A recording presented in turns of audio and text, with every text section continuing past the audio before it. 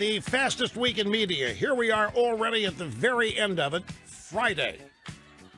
And no National Football League action this weekend, and nobody cares.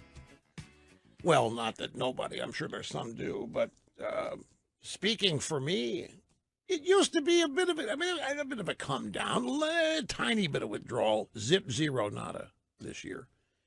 Okay, here's Sharyl Attkisson. Oh, no, I'll wait till after the bite. Sharyl Attkisson, she was on Chatsworth Osborne Jr. last night on the Fox News Channel, and he asked her if the government spying on Americans is uncommon. Is this FISA warrant to surveil Carter Page from the Steele memo? Is that a one-off? Is it uncommon, or is it more common than we know? I think not. You know, long before Trump announced running for president, I had intel sources, contacts who I'm still in touch with, who have said that for a long time there has been presentation of bad evidence to the FISA court to justify warrants, that there has been sort of a reverse engineering when political figures want to target people illegally. They find someone in their orbit that they can target and then capture them incidentally and then accidentally capture their data and unmask them, acting surprised that that's who it was when that's the target that they intended to capture all along. Let me translate this. Here is what she's saying. What she's saying is exactly what happened to Michael Flynn. She is saying that political people within law enforcement or political people at the request, law enforcement people, say at the FBI, DOJ, responding to a request, let's say, by a Democrat, will go to the FISA court and get a warrant to spy on somebody who may be engaging in legitimate criminal activity, who it is known is talking to the real target that the political operative wants dirt on. So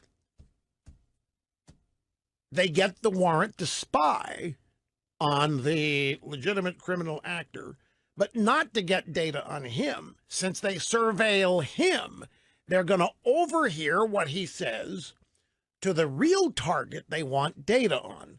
They get that, and then they unmask, which is exactly what the Obama administration was doing in droves. Susan Rice and Samantha Power were unmasking people in droves toward the end of 2016. And she's saying that this is exactly how FISA warrants are being used. I saw a stat last night. I don't have these numbers. I didn't write them down, so I'm paraphrasing the numbers, but I want to just give you the percentage. Something like 30,000 FISA warrant requests or applications and only 18 rejections. The point is that they're pretty much always granted.